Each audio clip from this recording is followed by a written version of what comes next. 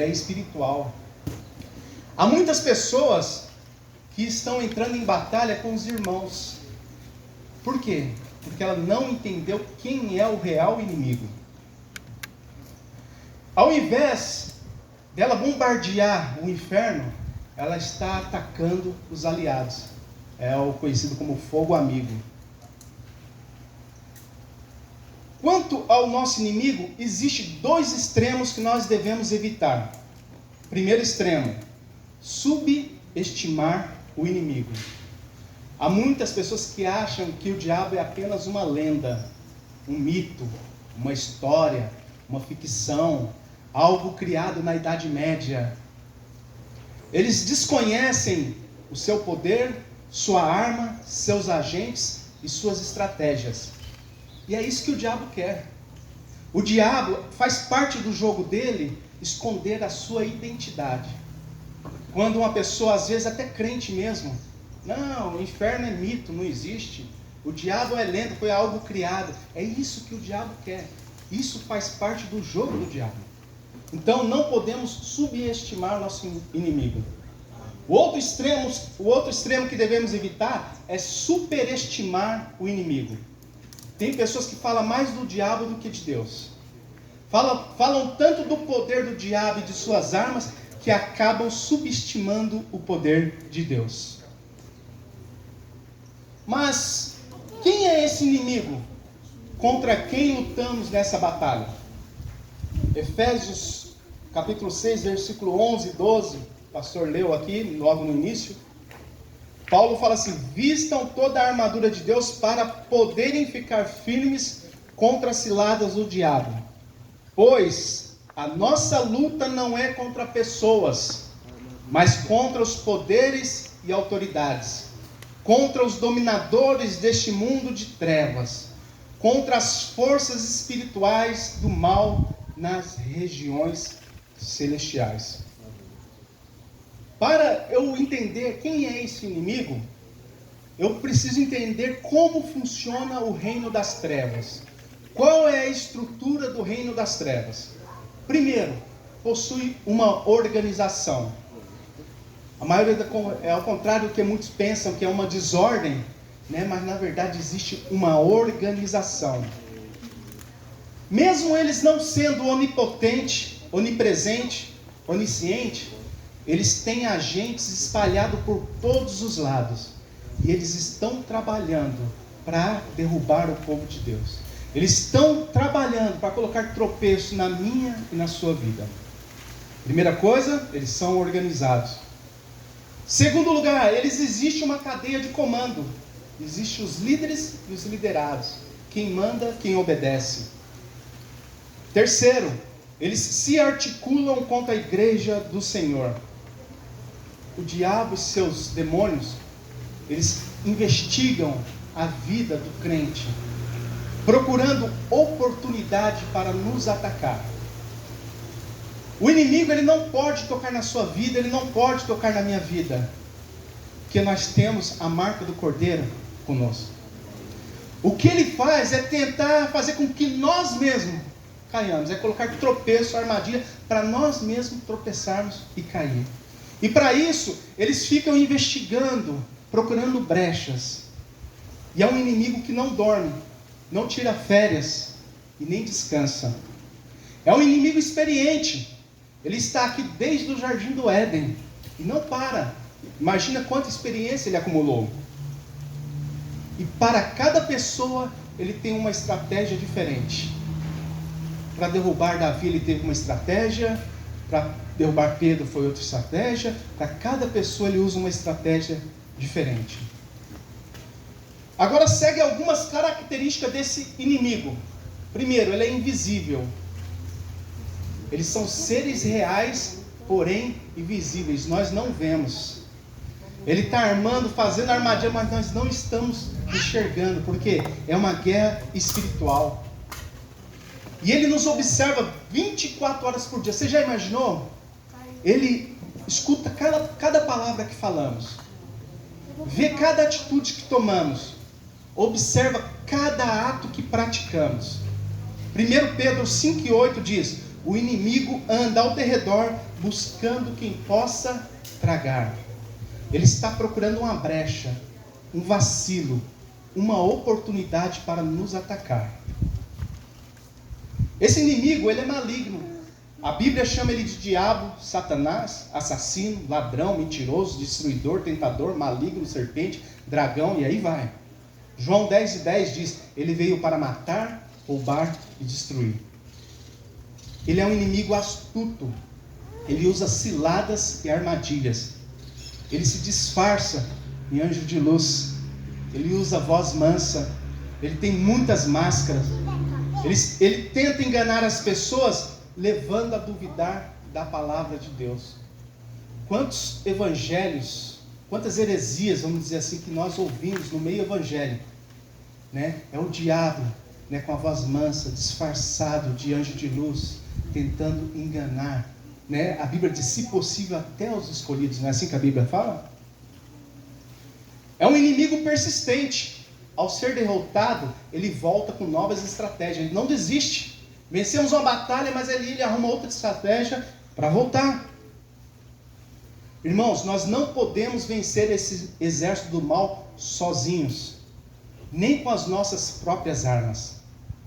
Mas eu tenho uma boa notícia. Diante de todo esse inimigo, todas as artimanhas que ele tem, que ele age, a forma que ele age, a boa notícia é que nós não estamos sozinhos nessa guerra. Nós temos o Senhor dos Exércitos no comando. Quando a Bíblia fala Senhor dos Exércitos, é o Senhor dos Exércitos dos anjos, é o Senhor dos Exércitos dos homens, o Senhor dos Exércitos das estrelas, né? O Senhor dos Exércitos do universo. É o Senhor que comanda tudo. É o general que está no comando de tudo. E nós temos Ele conosco. E Ele coloca à disposição de cada um de nós a sua armadura. A armadura de Deus é o equipamento que Ele nos entrega para vencermos o inimigo. É a capacitação de Deus para nós lutarmos em qualquer circunstância, em qualquer área. Paulo, no verso 13, interessante que ele vai falar, vestir toda a armadura de Deus. Somente dessa forma podemos resistir no dia mau. O que vem a ser o dia mau? O dia mau é aquele dia que o diabo ele levanta com toda a fúria contra a gente. Não tem aquele dia que parece que o diabo tá vindo flecha, tiro de tudo quanto é lado? É no trabalho, é na escola, você fala, meu Deus, o que está acontecendo? Esse é o dia mau. E a Bíblia fala que nós temos que estar preparados para esse dia mau. Porque o dia mau chega. E para cada um chega de uma forma diferente. Às vezes para um pode chegar de uma forma na saúde, outros de uma forma financeira, outros de uma forma conjugal, mas chega, o dia mau chega. E a Bíblia diz que nós devemos estar preparados para permanecermos inabaláveis. Interessante notar que Paulo fala que nós temos que vestir toda a armadura de Deus. Ou estamos vestidos com toda a armadura, ou então nós estamos completamente vulneráveis. Nenhum homem pode entrar numa guerra espiritual com qualquer vantagem ou perspectiva de sucesso se não tiver conhecimento e fé na palavra de Deus. Por isso que a Bíblia ela nos instrui, por isso que Deus nos instrui, meditar na sua palavra dia e noite. Não é assim que está em Salmo 1, né? Bem-aventurado o varão que não anda segundo os conselhos dos ímpios, nem se detém no caminho dos pecadores, nem se assenta na roda dos escarnecedores.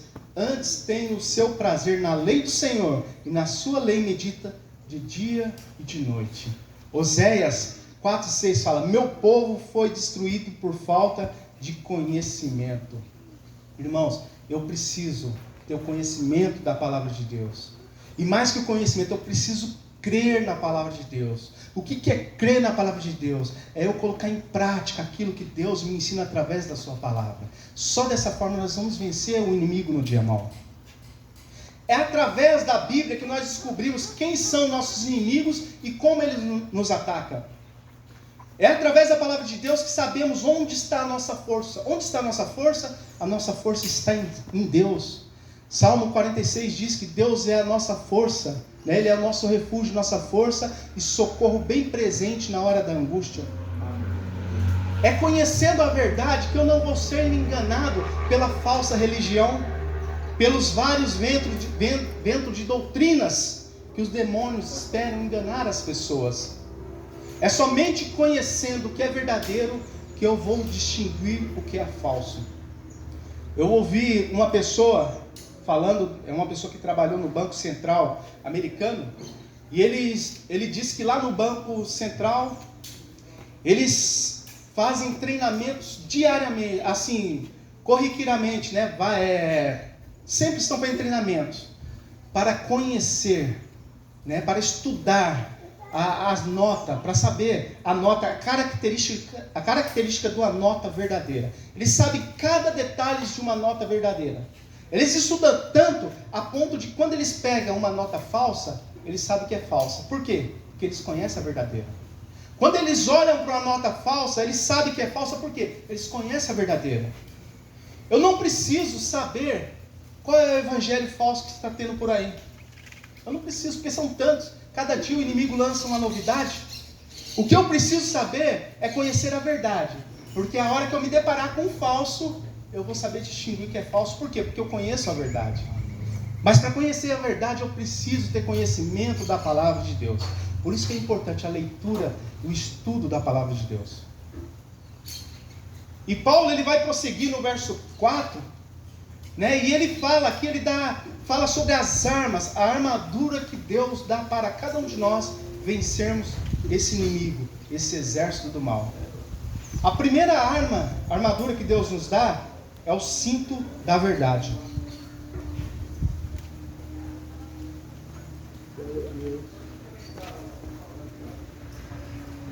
Nos tempos antigos, o cinto era uma das partes mais importantes da armadura militar. A função do cinto era manter toda a armadura no seu devido lugar. E além disso, ele dava firmeza nas vestes e agilidade nos movimentos. O soldado, quando ia correr, quando ele ia fazer algum trabalho, quando o homem ele ia fazer qualquer coisa, ele cingia os lombos. O que era cingir os lombos?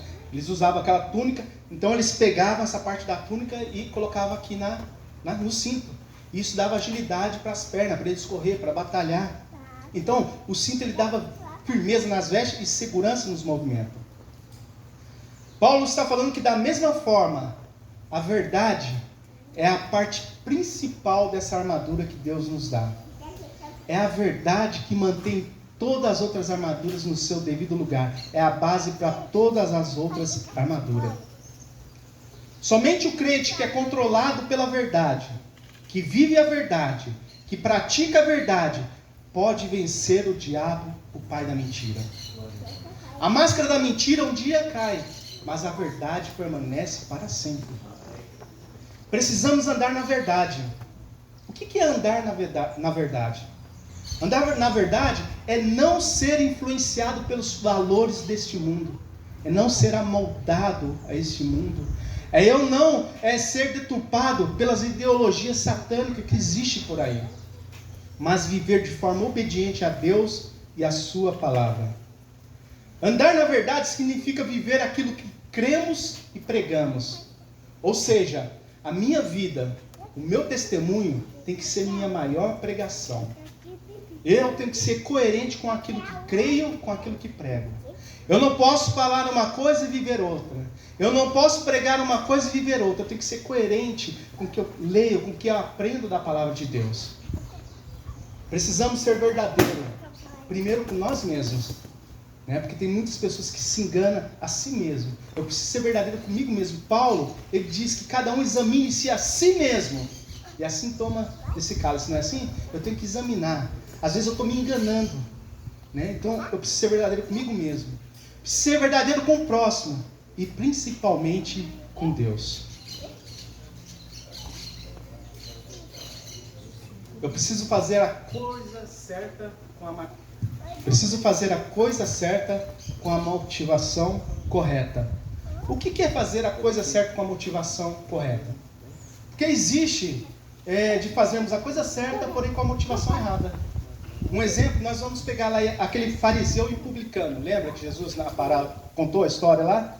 O fariseu ele chega diante de todo mundo na praça e começa a orar. Ó Senhor, eu dou o dízimo de tudo. Eu jejuo 3 vezes por semana. Ele estava fazendo a coisa certa ou não? Orar não é o correto? Sim. Estava certo. Jejuar não é o correto? Sim. Estava certo. Dar o dízimo não é o correto? Estava certo. Porém a motivação estava errada. Ele estava fazendo tudo aquilo para mostrar para os homens que ele era santo. Quando na verdade nós devemos fazer para mostrar para Deus e a Deus somente. Nós temos que fazer a coisa certa, porém com a motivação correta. A outra parte da armadura que Paulo vai falar é a couraça da justiça. O que era a couraça? Ela era um peitoral. Era uma armadura que cobria o corpo do pescoço até as coxas. E ela era feita de anéis, ou então de placas de bronze, que era sobreposta uma à outra, como escama de peixe. Então ali quando a flecha batia, a espada batia, não perfurava o corpo do soldado, protegia os órgãos vitais do soldado. Paulo ele fala que nós devemos vestir a couraça da justiça. O que vem a ser essa justiça que Paulo está falando aqui? Paulo está falando de integridade. O que é integridade? É algo que está completo, é sem falta, é um caráter sem falhas. O caráter, ele é o conjunto de valores que norteiam a ação de um indivíduo. A integridade é a capacidade de manter esse caráter, esse conjunto de valores intactos, independente das circunstâncias.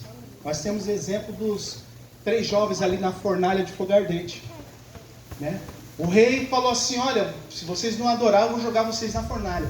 O caráter eles manteram os seus valores intactos. Pode jogar, nós não vamos mudar o nosso caráter. Daniel, olha, você estava orando, tem um edito do rei que não era para orar durante 3 dias, você está orando, você vai ser jogado nas covas dos leões. Pode jogar. Ele manteve o seu valor intacto, o seu caráter intacto. José, você pode jogar, eu vou manter meus valores intactos. Isso é integridade. Isso é um caráter sem falhas. Então Paulo diz que nós precisamos vestir essa couraça da integridade. Ela vai nos manter nosso corpo livre dos ataques de Satanás.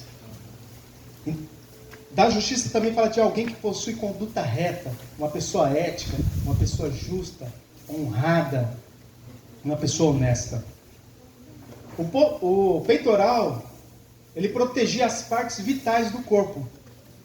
Assim como o peitoral deveria preservar o coração das flechas do inimigo, da mesma forma, uma vida íntegra é um caráter moldado, uma vida íntegra, um caráter moldado pela palavra de Deus, ele vai nos defender dos ataques de Satanás.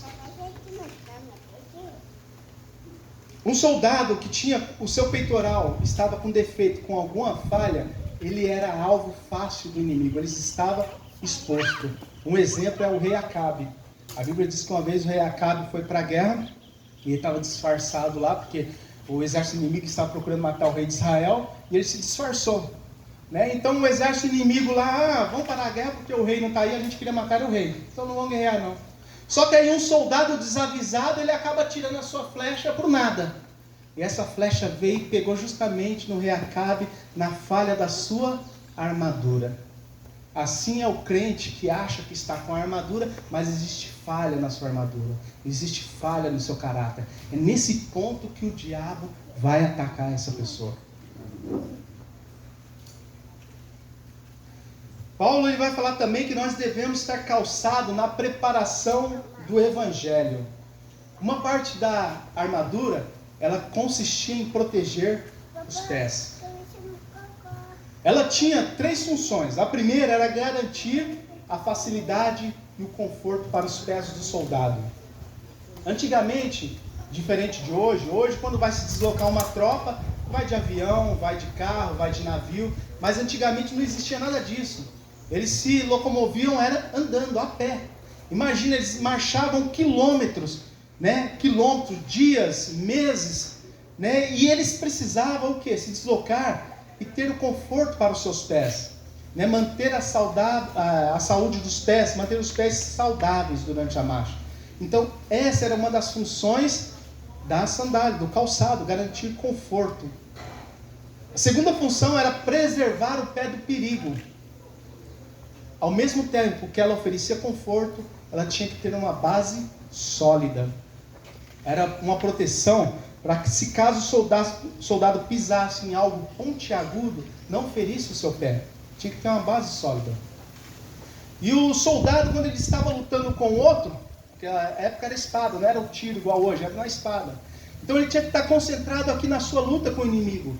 Ele não precisava ficar preocupado onde ele iria pisar, né, correndo o risco de furar o pé. Quando ele tinha uma sandália apropriada, ele ficava descansado. Pisasse no prego, não tem problema, não vai furar meu pé, porque ela é própria para isso. Então, essa era uma função, preservar o pé do perigo. E a terceira função do calçado do soldado era torná-lo firme na batalha. Né? Quem joga bola sabe, a chuteira ela tem as cravas embaixo. Para que serve as cravas? Para não sair escorregando no campo. Eu mesmo com esse sapatênis, se eu for ali no campo correr, eu vou escorregar com certeza. Né? Mas com a chuteira ela trava, né? Mantém a pessoa firme. Então, o calçado antigamente ele tinha essas cravas, ele tinha pregos. Para quê? Para manter o soldado firme. Quando o soldado estava lutando, não corria o risco dele escorregar, ele estava firme no solo. Né? Essa era uma outra função do calçado, servia para dar firmeza. E era uma proteção muito importante antigamente, pois, vocês imaginaram um soldado com os pés ou a perna ferida?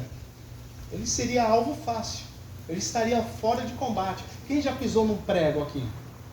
Você pisa num prego e continua bonitão, vai jogar bola? Não vai, você vai sentar e, na verdade, você vai andar mancando.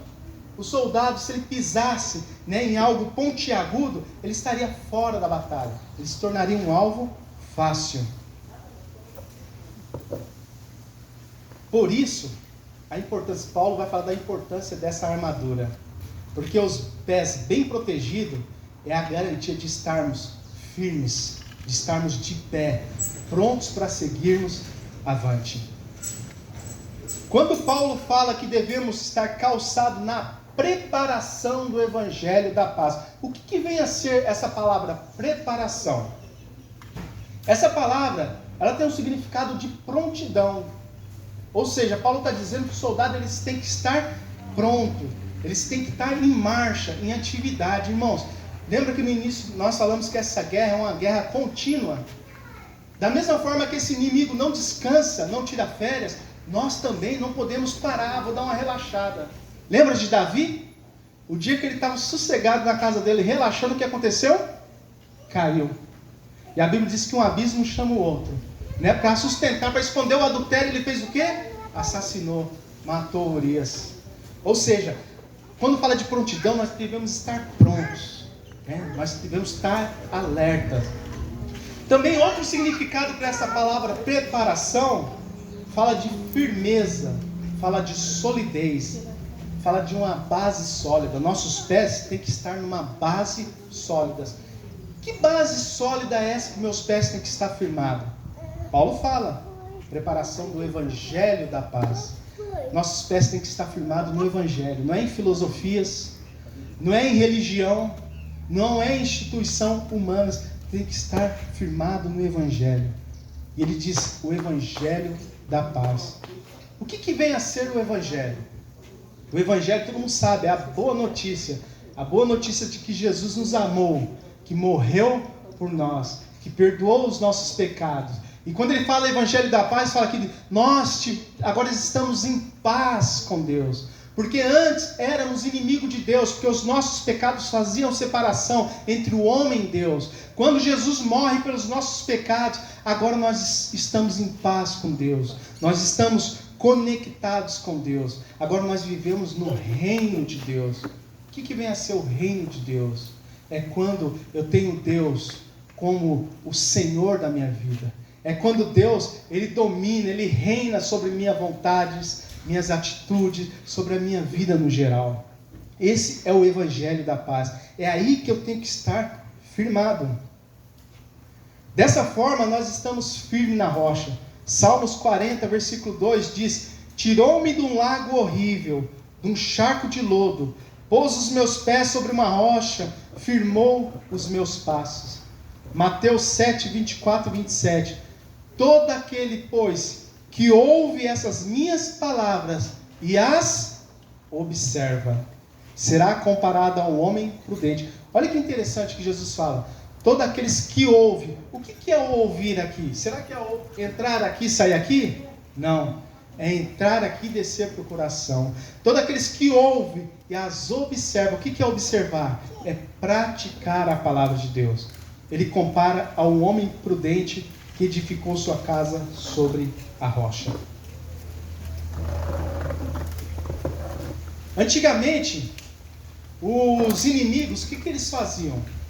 Antes de uma batalha, eles costumavam jogar algo pontiagudo no terreno à frente, para quando seus inimigos chegassem, pudesse pisar, machucar o pé e se tornar presa fácil. Por isso que era importante um calçado com a base sólida, porque aí mesmo pisando eles não se machucariam. Da mesma forma, o diabo usa da mesma forma. Ele coloca no nosso caminho armadilhas e distrações. Para quê? Para que nós possamos nos distrair. Quando nós nos distraímos com as armadilhas e cilada que ele coloca, nós ficamos indefesos, nós ficamos mancos. Aí é fácil ele nos vencer. O que Paulo está dizendo aqui, vestir o calçado do Evangelho, está dizendo: devemos avançar para o campo de batalha sem medo, porque carregamos conosco as boas novas do reino de Deus. Sabemos que Deus, o nosso Rei, aquele que nos domina, que nos controla, Ele tem o controle de tudo. E os seus planos não podem ser frustrados pelo diabo. Amém? Glória a Deus. Paulo ele vai falar também do escudo da fé.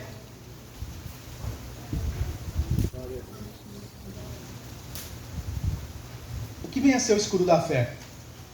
Antigamente tinha dois tipos de escudo. Um pequeno arredondado e um escudo maior, oval, quadrado. Um escudo que cobria o corpo todo. E esse escudo, ele servia para proteger todo o corpo da arma do inimigo. E antigamente a arma mais letal, hoje parece piada pra gente, né? Mas a arma mais letal que existia antigamente era a flecha incendiária. Era uma flecha onde eles colocavam uma estopa, né, embebecida no algo inflamável, e ali eles colocavam fogo naquela estopa e soltavam a flecha contra o inimigo. Nós já vimos em filme essas coisas. Então, a função desse escudo era justamente contra essas flechas, porque esse escudo ele era feito de duas chapas de madeira, colada uma na outra, e quando essa flecha fincava nessa primeira madeira, o fato dela fincar apagava o fogo, né? Era uma flecha contra esses dardos inflamados do maligno. Da mesma forma, Paulo diz que nós devemos vestir com esse escudo, para que devemos proteger dessas flechas inflamáveis do maligno. E ele fala que não é qualquer escudo, é o escudo da fé. O que vem a ser o escudo da fé? As flechas, vamos primeiro aqui, as flechas, que vem a ser essas flechas incendiárias do diabo? São as tentações, são as angústias, as dificuldades, perseguição, maus pensamentos, sentimentos ruins de ódio e por aí vai. Lembra que no início nós falamos que o diabo ele não pode tocar em nós, mas ele pode jogar suas setas? É isso que ele faz, a seta da dúvida. Quantas vezes nós estamos passando por algum momento e de repente o diabo coloca aquela seta: será que Deus está comigo? Será que Deus me ama? Será? Isso é seta do diabo. E como nós vencemos essa seta incendiária do diabo? Somente com o escudo da fé. Por isso que é importante termos esse escudo da fé. As coisas são como setas inflamadas que tentam incendiar a vida do crente, com dúvidas e desejos contrários à palavra de Deus. A intenção do diabo é fazer com que os cristãos acreditem em suas mentiras, que nós desconfiemos das promessas de Deus e desobedecemos a sua vontade. Porém, para neutralizar essas flechas, nós precisamos do escudo da fé. Que fé é essa? É a fé, é a confiança inabalável que o crente tem em Deus e a sua palavra. Essa fé ela nos faz confiar mesmo diante das adversidades, mesmo diante das circunstâncias contrárias. Às vezes nós estamos num lugar assim que tudo está falando não é verdade? Mas a palavra de Deus está falando sim. Então nós devemos ter a fé de continuar na palavra de Deus. Mesmo quando tudo está dizendo não, mesmo quando tudo está apontando para o lado contrário, eu tenho que ficar com a palavra de Deus. Eu tenho que ter esse escudo da fé. E João diz, 1 João 5,4: e esta é a vitória que vence o mundo, a nossa fé. Independente das circunstâncias, nós temos fé. Também ele fala do capacete da salvação. Era um item muito importante na armadura. Porque o inimigo, no campo de batalha, ele visava a cabeça do soldado. Ele sabia que ele ferindo a cabeça do soldado era fatal. Não é hoje? Às vezes dá um tiro na perna, o soldado continua vivo e pode atirar. Mas se ele dá um tiro na cabeça, é fatal. Então numa guerra, o inimigo antigamente ele procurava a cabeça do soldado, atingir a cabeça, para eliminar ele da batalha. Da mesma forma, o nosso inimigo, ele tenta atacar a nossa mente. Ele tenta atacar de que forma? Lançando dúvidas, maus pensamentos. Ele procura desencorajar o crente, né? Ele coloca a ideia dele é nos afastar de Cristo, é colocar dúvida quanto à nossa salvação. Às vezes o diabo não coloca dúvida quanto à salvação, tenta colocar dúvida quanto à salvação. Não, que isso, você acha? Não tenta. Isso é seta, é ele tentando atacar a nossa mente. Mas contra esse ataque, Paulo nos orienta a usarmos o capacete da salvação. O que vem a ser esse capacete da salvação? 1 Tessalonicenses 5,8, Paulo fala do capacete da esperança da salvação. O que vem a ser isso? Isso aqui é a confiança de aquele que começou a boa obra, ele é fiel para ir até o final. A Bíblia ela nos ensina que nós estamos num processo, que a salvação é um processo. E esse processo ocorre em 3 etapas. A primeira etapa da salvação é quando aceitamos a Cristo, quando aceitamos a Jesus, né, nós somos salvos do pecado. Nossos pecados são perdoados, nós nos tornamos justos diante de Deus. Nós somos justificados pelo sacrifício de Cristo. Esse é o primeiro processo da salvação. O segundo processo da salvação é que nós estamos sendo salvos. Né? A Bíblia não fala para aperfeiçoarmos, né, o aperfeiçoamento da nossa salvação. Nós estamos sendo salvos a cada dia sendo salvos. Né? Tem outra palavra que se dá isso, a santificação. E o terceiro o ato da salvação é quando a nossa salvação estará completa. Quando Jesus voltarmos, estivermos com Ele no céu, aí a nossa salvação estará completa. E o que Paulo está falando da esperança da salvação, do capacete da salvação, é isso. É eu ter confiança que o Deus que começou a boa obra, Ele é fiel. Ele está desenvolvendo essa salvação na minha vida, né? E Ele vai me salvar de qualquer dardo inflamado do maligno contra nossas vidas. Amém? Amém. Glória a Deus. A salvação que recebemos de Deus é nossa maior proteção.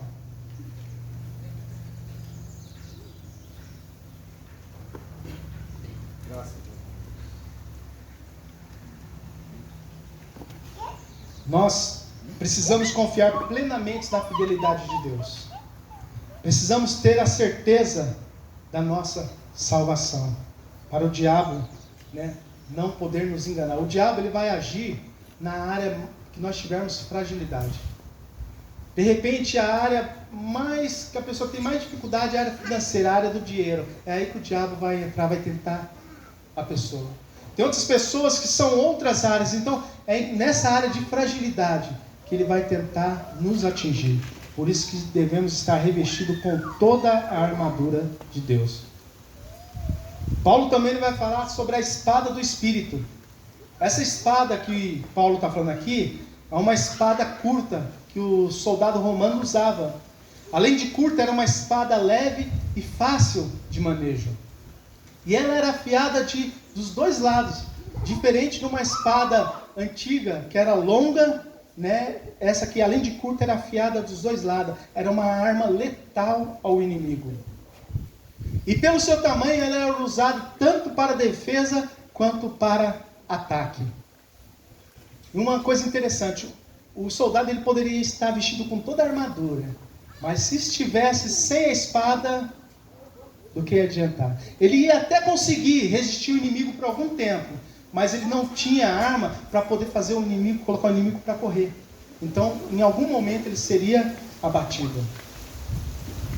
Assim é na vida espiritual. Sem a espada do Espírito, o crente está incompleto, é incapaz de afugentar o mal.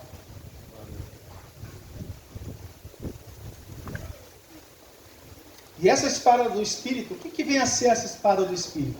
É a palavra de Deus. Interessante que é o próprio Espírito, a espada do Espírito, e é o próprio Espírito, né, que aplica a palavra de Deus nas nossas vidas. É o próprio Espírito que nos capacita a usá-la. Hebreus 4, 12, 13. Porque a palavra de Deus é viva e poderosa, é mais afiada do que qualquer espada de dois gumes, perfurando até a divisão da alma e do espírito, e das juntas e medula, apto a discernir pensamentos e intenções do coração. E não há criatura oculta à sua vista, mas todas as coisas estão nuas à vista daquele a quem devemos prestar contas. Essa é a espada do Espírito. Ela é mais por a espada do romano, do soldado romano, ela poderia transpassar somente o corpo físico. Mas essa espada do Espírito, ela transpassa, ela vai lá na junta, lá na alma do homem, no lado oculto da pessoa. Ela chega até lá. E é a única, e olha que interessante, é a única arma capaz de trazer vida e cura. Ao mesmo tempo que é uma arma para atacar o inimigo, é uma única arma capaz de trazer vida e cura. Ao mesmo tempo que revela o estado pecaminoso do homem, ela conduz o pecador ao Salvador. E Paulo ele vai finalizar esse trecho da armadura dizendo que nós devemos orar. Feito tudo isso, sabendo quem é o nosso inimigo, vestindo toda a armadura de Deus, nós devemos fazer o quê? Orar. Orar quando? Em todo o tempo. Ou seja, Paulo diz que nós devemos estar em constante comunhão com Deus. Também ele fala que nós devemos orar no Espírito. Romanos 8, 26 e 27. E da mesma maneira também o Espírito ajuda as nossas fraquezas. Porque não sabemos o que havemos de pedir como convém, mas o mesmo Espírito intercede por nós com gemidos inexprimíveis. E aquele que examina o coração sabe qual é a intenção do Espírito. E é ele que, segundo Deus, intercede pelos santos. Nós devemos orar no Espírito. Também ele diz que nós devemos estar atentos. Ou seja, orar e vigiar. Nós devemos estar atentos ao que está acontecendo ao nosso redor. Porque, como eu disse, o inimigo ele vai procurar uma brecha. Eu lembrei agora quando eu servi o exército, né, quando a gente tirava a guarda, né, tinha aquele momento a gente ficava 2 horas, né, tirando guarda e 4 horas descansando, e aí mais 2, 4, enfim. Só que durante esse período que nós estávamos de guarda, né, nós éramos orientados o quê? Estarmos atentos ao que estava acontecendo à nossa volta. Porque o inimigo ele está te vendo, ele está de longe te observando, mas você não sabe onde está o inimigo e quem é o inimigo. O inimigo ele sempre vai tentar ser um elemento surpresa. Só vai dar certo a estratégia dele se ele pegar a pessoa de surpresa. Lembra dos filmes? Quando a pessoa vai invadir uma casa fortificada, ele fica de longe no mato, só com o binóculo olhando. Aí quando ele vê aquele soldado sentado, fumando, a arma de lado, conversando, ele fala, é ali que eu vou. Não é assim? Da mesma forma nós. O diabo está só olhando. Se nós estivermos desatentos, sentados, né, dormindo, cochilando, opa, agora é a hora de atacar. Por isso que Paulo diz que nós devemos estar atentos, vigilantes. E com toda perseverança, devemos perseverar. Irmãos, para concluir essa mensagem, eu quero contar aqui uma história que fala de 3 animais. Um pato, um alce e um passarinho. E os três estavam na floresta à beira de um rio conversando. E eles conversavam o seguinte: se o leão aparecer, o que nós vamos fazer? O alce, ele falou: olha, se o leão aparecer, eu vou correr o máximo que eu posso e vou escapar do leão. O passarinho falou: se o leão aparecer, é simples, eu vou voar e vou escapar do leão. O pato olhou para os dois e falou com um ar de deboche: o leão nunca me pegará, porque eu posso tanto voar, quanto correr, quanto nadar. Então nunca o leão vai me pegar. E ali eles conversando, de repente, quem aparece? O leão. Aí acontece aquele alvoroço no meio da floresta, e o alce, ele correu o máximo que ele pôde, escapou do leão. O passarinho bateu asas e voou para uma árvore, para o alto de uma árvore, escapou do leão. Agora o pato, ele parou e ficou pensando, né? Bem, eu vou, eu corro ou nada? O que eu faço? Enquanto ele estava pensando, o leão abocanhou e comeu o pato. Irmãos, esse leão dessa história é Satanás. A Bíblia diz que ele anda ao derredor, bramando como o leão, buscando a quem possa tragar, fugindo como o leão quem possa tragar. Esse leão dessa história é o diabo. Os animais são comparáveis às pessoas gerais. As reações das pessoas diante das circunstâncias das vidas. Cada um reage de uma forma. O pato dessa história, ele sabia o que fazer, mas foi pego pelo leão porque demorou para agir. Quantas vezes, né? Nós sabemos o que fazer, conhecemos a palavra de Deus, mas demoramos para tomar uma decisão. Nós precisamos tomar uma decisão já. Nós precisamos tomar essa decisão, ou continuar, ou se decidir continuar no mundo, fazendo parte do exército de Satanás, ou sermos governados por Deus. Nós precisamos tomar essa decisão antes que seja tarde demais. Amém? Amém. Pedir para os irmãos curvar as cabeças, vamos fazer uma oração? Pai, te agradeço por essa palavra, que o Senhor colocou no meu coração, que foi exposta aqui essa manhã.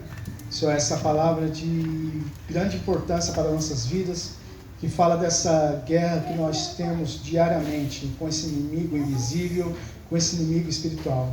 Uma guerra que nós não podemos vencer com nossas forças, uma guerra que não podemos vencer com nossas armas, somente através de Ti, somente com a Tua capacitação, somente com a Sua armadura que nós podemos vencer esse inimigo. Nós te pedimos, Senhor, que o Senhor venha nos ajudar a tomarmos toda essa armadura, Senhor, que nós possamos estar na Tua palavra, vivendo a Sua palavra, Senhor, que possamos estar, como diz a Sua palavra, fechando todas as brechas, Senhor, e que o inimigo não venha ter legalidade sobre as nossas vidas. Nos ajuda, Senhor. Quero te pedir em favor de cada pessoa que aqui ouvir a Sua palavra, Senhor, que essa palavra ela venha encontrar, Senhor, uma terra fértil nesse coração, que essa semente ela venha germinar, crescer e render fruto para a Tua glória e o Teu louvor, em nome de Jesus. Amém. Gente, você pode aplaudir?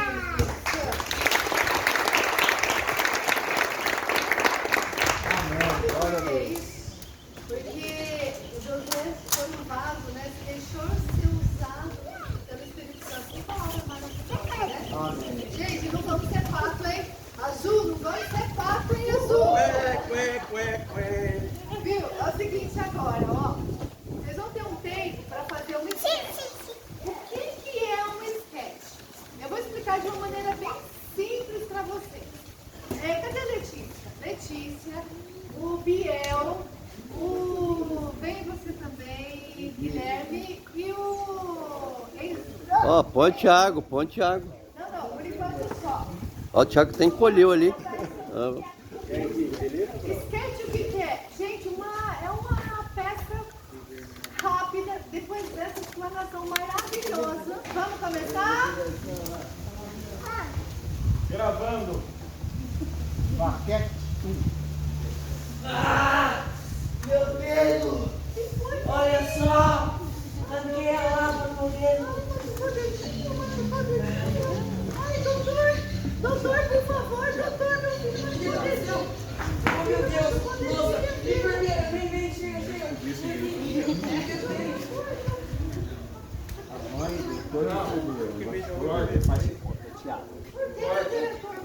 mais engraçado. A diretora. Diretora Regina. Gravando. Olha, cara, tava brincando na pedrinha. E a ponta do meu dedinho.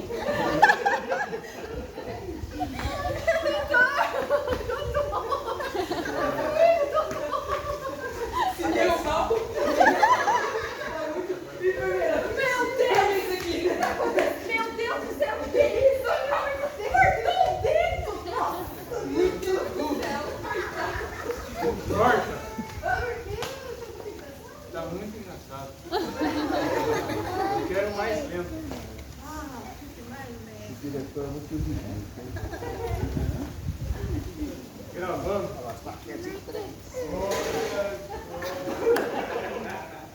Eu cortei a ponta do meu dedo.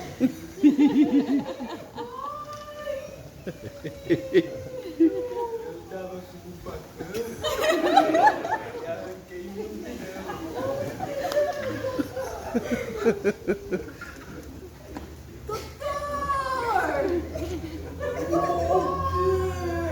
Nossa, mas a ligação foi mais rápida.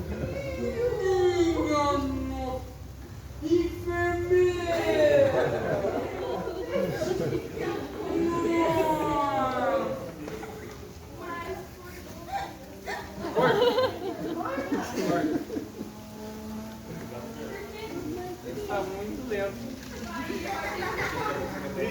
Triste.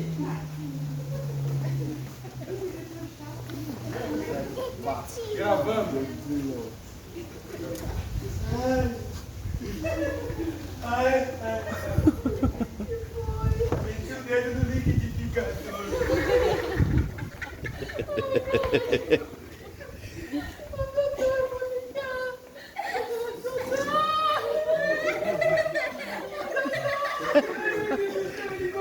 O Biel já tem cara de choro.